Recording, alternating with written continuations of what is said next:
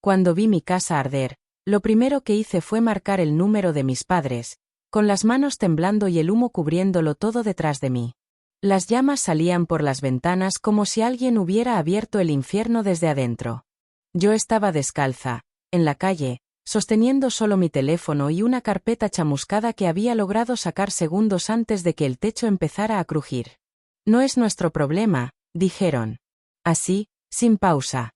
Sin preguntar si estaba herida. Sin preguntar si seguía viva. El sonido de los vidrios explotando me obligó a alejarme más de la casa donde había vivido los últimos 6 años. Donde cada pago, cada mejora, cada mueble, había salido de mis horas extras, de mis fines de semana trabajando, de todo lo que pospuse para estar segura. Esa mañana había salido temprano, como siempre. Revisé 2 veces la estufa, desconecté los aparatos, cerré las ventanas. Era casi un ritual. Nunca dejaba nada al azar. Nunca. Por eso, mientras los bomberos me hacían preguntas que apenas podía procesar, algo dentro de mí no encajaba. No era solo el fuego. Era la forma. La rapidez. El punto exacto donde empezó. Cuando colgué la llamada, me quedé mirando la pantalla en negro del celular, con la frase aún resonando en mi cabeza: debiste tener más cuidado. Y fue ahí, viendo cómo el segundo piso colapsaba frente a todos, que entendí algo que me heló más que el agua de las mangueras. Yo sí había tenido cuidado. Demasiado. No había pasado ni una hora desde que los bomberos terminaron de apagar el fuego cuando varias patrullas llegaron sin previo aviso y se estacionaron frente a lo que quedaba de mi casa, pero en lugar de dirigirse a la estructura quemada caminaron directo hacia mí, que seguía sentada en la banqueta con la ropa impregnada de humo y la carpeta chamuscada apretada contra el pecho como si todavía protegiera algo valioso. Me pidieron mi nombre completo, identificación y que permaneciera en el mismo lugar mientras verificaban información, usando un tono serio que no transmitía ayuda sino control, como si mi presencia fuera parte de un procedimiento más amplio que yo desconocía. Mientras respondía, noté que un hombre con chaleco oscuro caminaba alrededor del perímetro tomando fotografías con una cámara distinta a la de los peritos de incendio, enfocándose en cerraduras, marcos de ventanas y el medidor eléctrico, detalles demasiado específicos para alguien que solo documentaba daños visibles. Su manera de observar no era curiosa sino analítica, como si ya estuviera comparando lo que veía con registros previos. Cuando se acercó preguntó si vivía sola, cuánto tiempo llevaba ahí y quién más tenía acceso a la propiedad, preguntas que no parecían relacionadas con apagar un incendio sino con otra clase de revisión más administrativa. Minutos después llegaron 2 vehículos adicionales sin logotipos, de donde bajaron personas con carpetas y tabletas que comenzaron a intercambiar datos sin explicarme nada, creando una sensación de que el evento ya estaba siendo tratado dentro de un sistema que avanzaba sin necesitar mi versión. Uno de los bomberos, en voz baja, comentó que no era habitual que acudiera tanta gente tan rápido, insinuando que había algo fuera de lo común, pero no agregó más porque el hombre del chaleco regresó acompañado de una mujer que sostenía un sobre gris sellado con cintas oficiales. Solicitaron confirmar fecha de compra, método de pago, existencia de seguro, remodelaciones recientes y copias de llaves, preguntas formuladas con lenguaje técnico que sonaba más a registro patrimonial que a reporte de emergencia. Respondí todo manteniendo la calma, aunque por dentro seguía reviviendo el momento en que las llamas salían por las ventanas. Entonces la mujer abrió el sobre y sacó una hoja con sellos que no me entregó, limitándose a leer mientras verificaba datos frente a mí. Mencionó que existía una notificación previa asociada al domicilio y que necesitaban confirmar si yo había sido informada, frase que me dejó inmóvil porque jamás había recibido advertencia alguna. Negué de inmediato, explicando que todos los pagos y documentos estaban en regla, pero ambos intercambiaron una mirada breve antes de anotar algo en sus registros, como si mi respuesta solo confirmara una sospecha interna. Detrás de nosotros, un técnico señalaba la puerta principal carbonizada mientras hablaba por radio y alcanzó a decir que el punto de origen coincidía con información previa, comentario que aumentó mi inquietud porque nadie aclaraba con qué coincidía exactamente.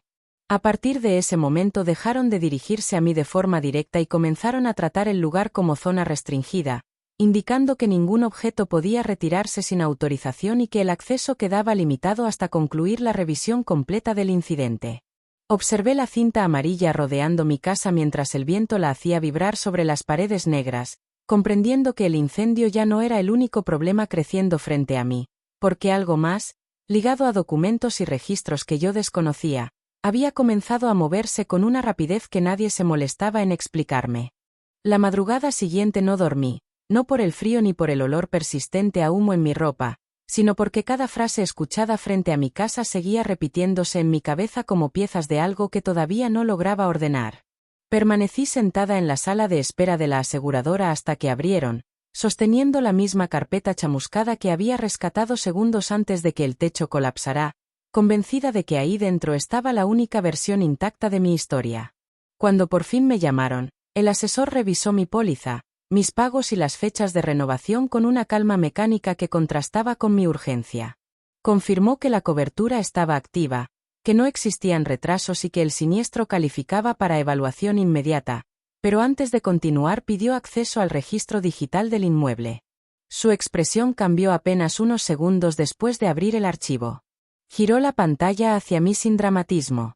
En el historial aparecía un movimiento administrativo iniciado semanas antes del incendio, registrado como solicitud de verificación estructural y habitacional, trámite que yo jamás había solicitado. El documento incluía un número de folio, fecha, firma electrónica y una nota interna marcada como prioritaria.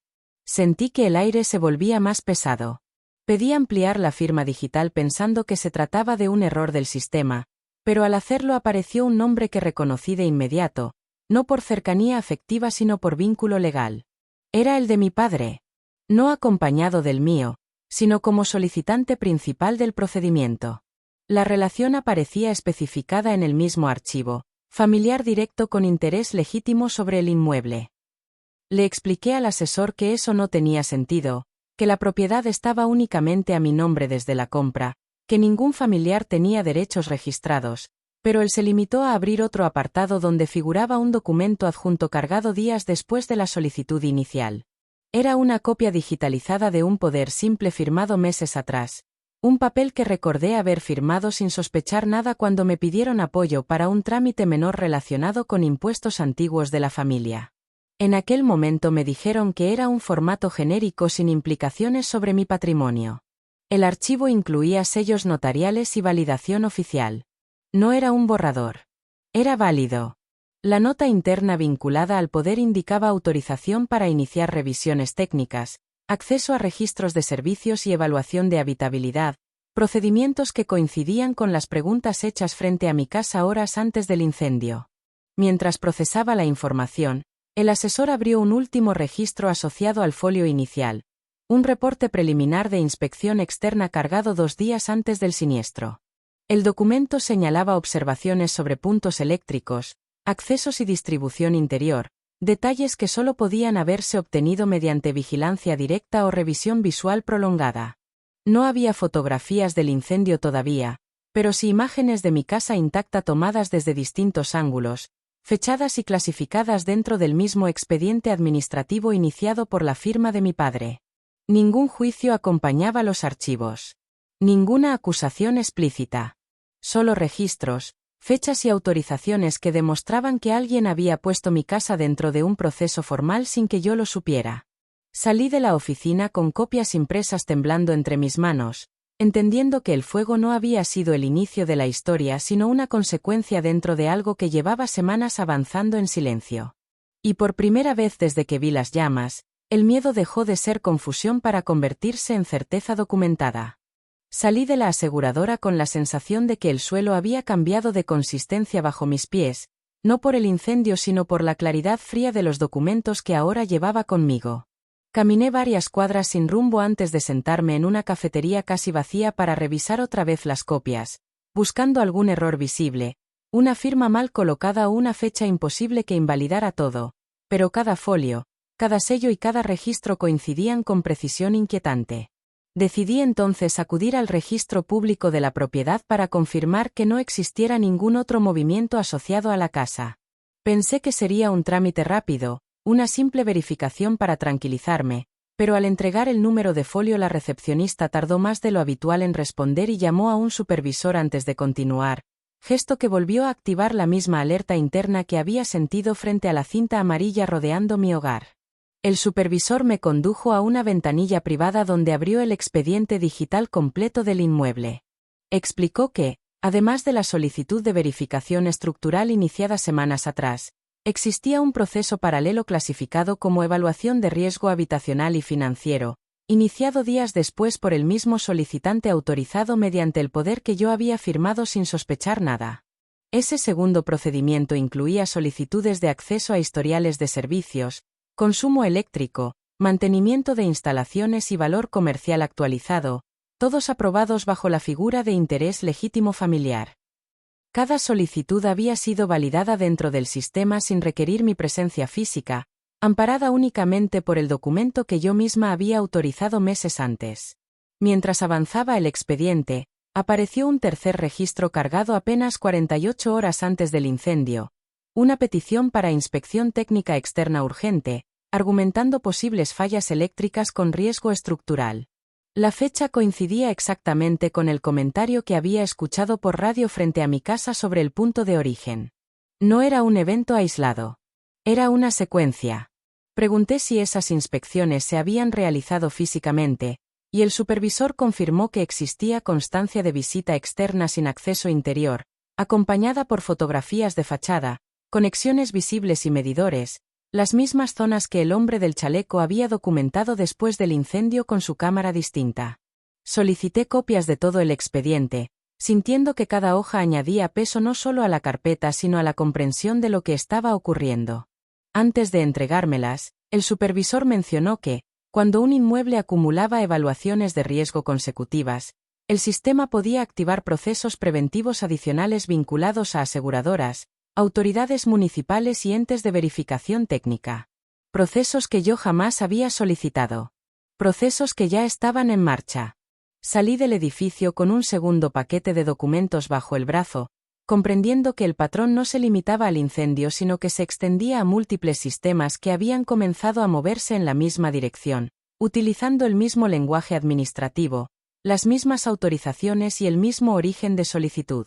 Mientras caminaba, recibí una notificación bancaria informando la suspensión temporal de una línea de crédito vinculada a la propiedad hasta concluir evaluaciones de riesgo en curso, mensaje que confirmaba que la escalada no se detenía en registros técnicos sino que avanzaba también hacia mi estabilidad financiera. En ese momento entendí que no se trataba de un solo ataque administrativo sino de una cadena coordinada que crecía en distintos frentes, repitiendo procedimientos con variaciones mínimas pero con el mismo objetivo de rodear mi casa, y ahora mi vida, dentro de expedientes que yo no había iniciado, pero que llevaban mi nombre en cada página. Regresé al hotel temporal donde me estaba quedando con la sensación de que cada documento que llevaba conmigo no solo explicaba lo que estaba pasando, sino que también confirmaba que el proceso avanzaba más rápido de lo que yo podía reaccionar. Extendí todos los papeles sobre la cama, organizándolos por fecha, por institución y por tipo de solicitud, intentando construir una línea clara de eventos que me permitiera entender en qué punto exacto había perdido el control administrativo de mi propia casa. Mientras revisaba los folios del registro público junto con los reportes de la aseguradora, encontré una referencia cruzada que no había notado antes. Un aviso de revisión municipal programada bajo la categoría de verificación de seguridad estructural. La fecha estaba fijada para 2 días después del incendio, como si el sistema hubiera anticipado la necesidad de inspección incluso antes de que los daños fueran oficialmente evaluados por completo. Decidí presentarme personalmente en la oficina municipal al día siguiente, llevando copias de todo el expediente para aclarar la situación antes de que cualquier decisión se tomara sin mi conocimiento.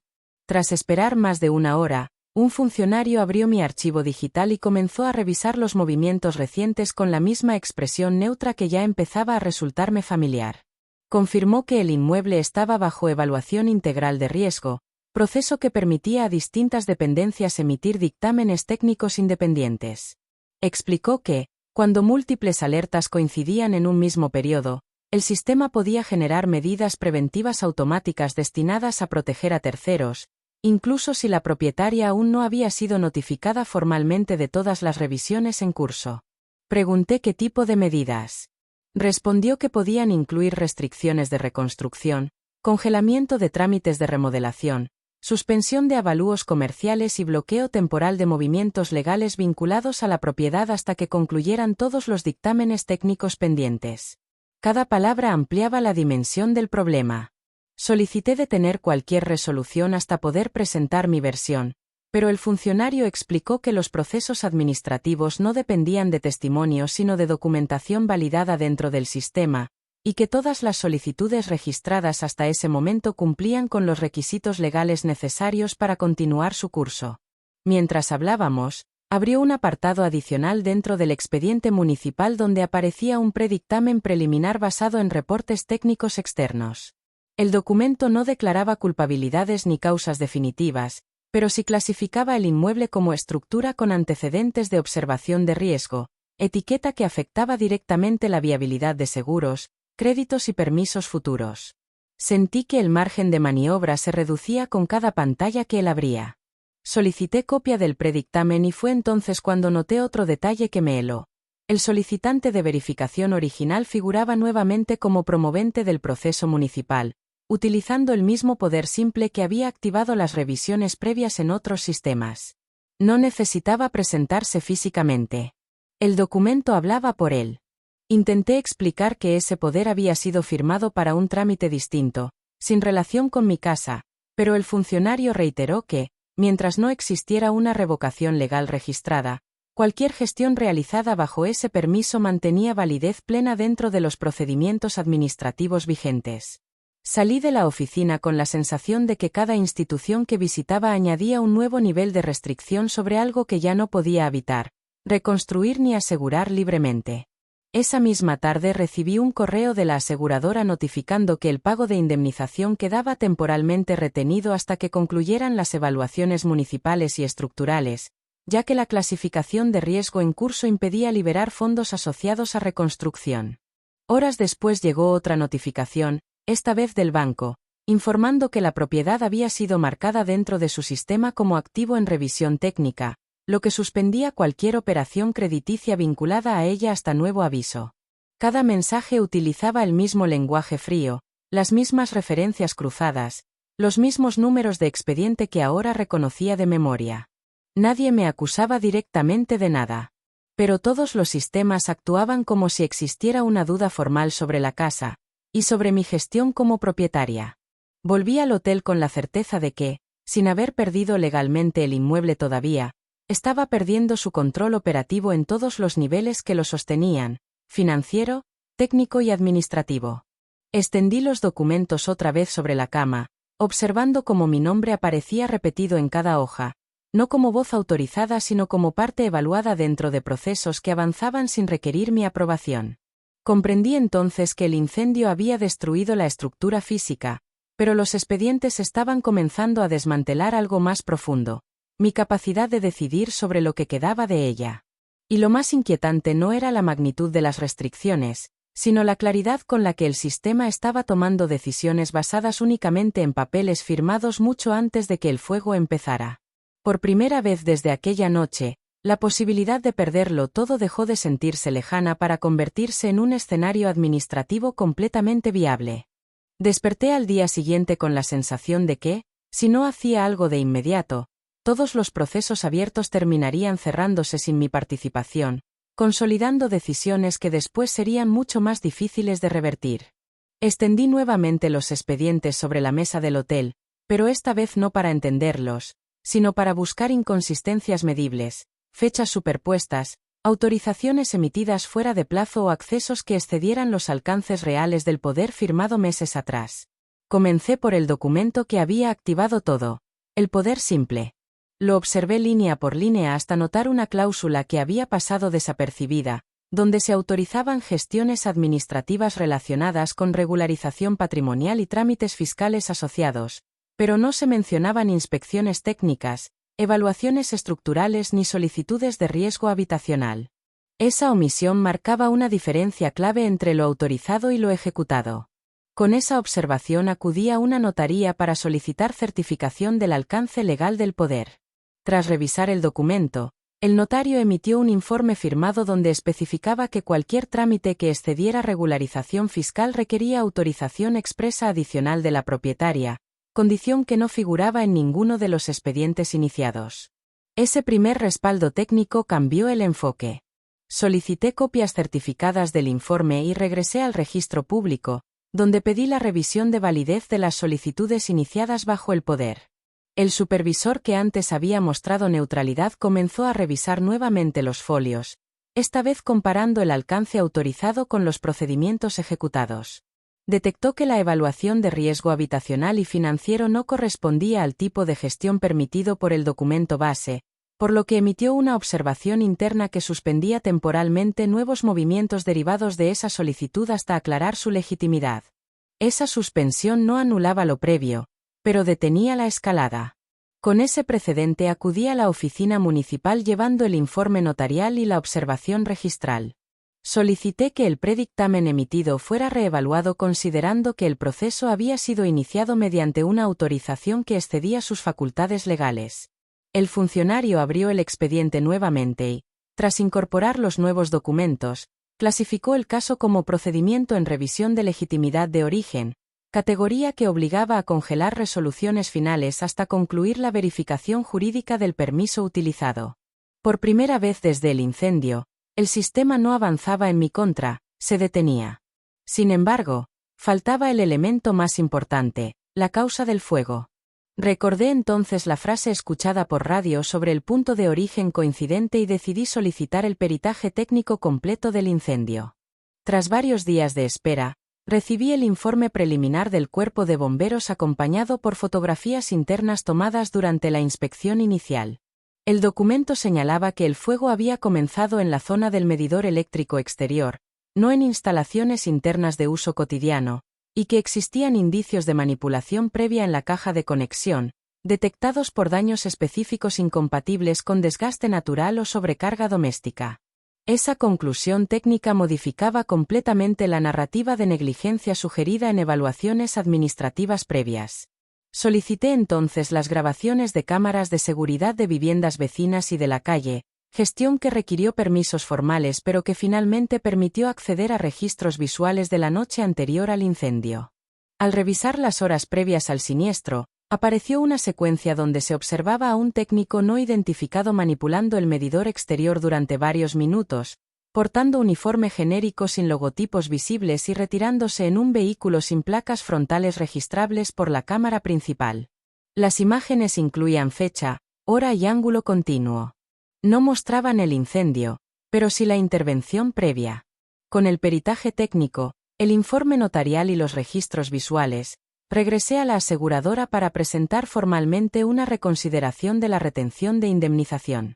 El comité interno revisó los nuevos elementos y reclasificó el siniestro como evento bajo investigación externa, categoría que liberaba parcialmente los fondos mientras se determinaban responsabilidades definitivas. Ese movimiento financiero rompía el cerco inicial. Paralelamente, la observación registral y la revisión municipal comenzaron a escalar hacia instancias superiores, obligando a revisar la cadena completa de solicitudes iniciadas bajo el poder cuestionado, incluyendo fechas, alcances y beneficiarios indirectos de cada gestión. Por primera vez, las autoridades empezaban a hacer preguntas que no iban dirigidas a mí, sino al origen administrativo de todo el proceso. Salí de la última oficina con copias certificadas de cada prueba reunida, entendiendo que el equilibrio de poder había comenzado a moverse lentamente hacia mi lado, no por discursos ni confrontaciones, sino por la acumulación ordenada de fechas, firmas, vídeos y peritajes que construían una versión verificable de lo ocurrido. El incendio ya no era solo una pérdida material. Se había convertido en el punto visible de una cadena documental que, ahora, empezaba a ser examinada con el mismo rigor con el que antes me habían evaluado a mí. Las semanas siguientes estuvieron marcadas por un silencio administrativo muy distinto al que había sentido al inicio, porque ya no era un vacío que avanzaba en mi contra, sino una pausa generada por múltiples revisiones abiertas tras la presentación de pruebas. Cada institución que antes había emitido restricciones comenzó a enviar notificaciones de actualización de estatus, todas vinculadas a la misma frase: procedimiento en reevaluación de origen. La primera resolución llegó desde el Registro Público de la Propiedad, donde se emitió un dictamen técnico jurídico que invalidaba las solicitudes de evaluación de riesgo iniciadas bajo el poder simple, argumentando que su alcance había sido excedido al activar inspecciones estructurales y financieras no autorizadas expresamente por la propietaria. El documento ordenaba cerrar los expedientes derivados de solicitudes y eliminar cualquier anotación preventiva asociada al inmueble. Ese cierre tuvo efecto inmediato en los sistemas vinculados. Días después, la oficina municipal notificó la cancelación del predictamen de riesgo habitacional, indicando que había sido emitido con base en un procedimiento cuya legitimidad había quedado anulada. La clasificación de estructura con antecedentes de observación de riesgo fue retirada del archivo digital de la propiedad, restaurando su estatus técnico previo al incendio. La aseguradora, al recibir ambas resoluciones junto con el peritaje que confirmaba manipulación externa en el medidor eléctrico, reclasificó el siniestro como daño provocado por intervención de terceros, liberando el pago total de la indemnización retenida y autorizando fondos adicionales para demolición segura y reconstrucción. El banco, que había congelado operaciones crediticias vinculadas al inmueble, levantó las restricciones tras actualizar la ficha de riesgo, restableciendo líneas financieras previamente suspendidas y eliminando alertas internas generadas por los expedientes ahora invalidados. Cada notificación que recibía no contenía disculpas ni explicaciones emocionales. Solo resoluciones formales que corregían el curso administrativo basándose en pruebas documentales verificadas. Paralelamente, la investigación técnica sobre la manipulación del medidor avanzó hacia instancias periciales externas. Las grabaciones entregadas, junto con registros de acceso a servicios y solicitudes previas iniciadas bajo el poder, permitieron establecer una línea de interés administrativo que había colocado a mi casa dentro de procesos destinados a debilitar su estabilidad legal y financiera antes del incendio. No me informaron detalles personales de responsabilidades ni motivaciones, porque el proceso seguía su curso legal independiente de mi testimonio, pero sí confirmaron que la intervención detectada no correspondía a mantenimiento oficial ni a inspección autorizada por compañías de servicio. Esa conclusión cerraba el último vacío narrativo del expediente. Meses después regresé al terreno donde antes se levantaba mi casa, ahora limpio, nivelado y listo para iniciar reconstrucción. Caminé por el perímetro sin cinta amarilla, sin patrullas, sin funcionarios tomando fotos, sosteniendo en la mano no una carpeta chamuscada, sino un folder nuevo con permisos aprobados, indemnización liberada y registros actualizados. Nada de lo ocurrido podía revertirse emocionalmente. Pero administrativamente, el sistema había corregido cada movimiento iniciado fuera de su marco legal, restaurando mi control sobre la propiedad mediante resoluciones frías, sobrias y definitivas. Antes de retirarme del terreno, observé el nuevo medidor instalado por la compañía eléctrica, sellado, certificado y fotografiado dentro del expediente de reconstrucción, como si fuera el último punto pendiente dentro de una cadena que había comenzado con fuego y terminado en archivos. Entendí entonces que no hubo venganza, ni confrontaciones directas, ni escenas dramáticas finales. Solo documentos que hablaron cuando yo no pude hacerlo al inicio. Y fue precisamente esa acumulación de pruebas, fechas y registros la que terminó haciendo lo que ninguna llamada familiar hizo aquella noche: devolverme oficialmente lo que siempre había sido mío.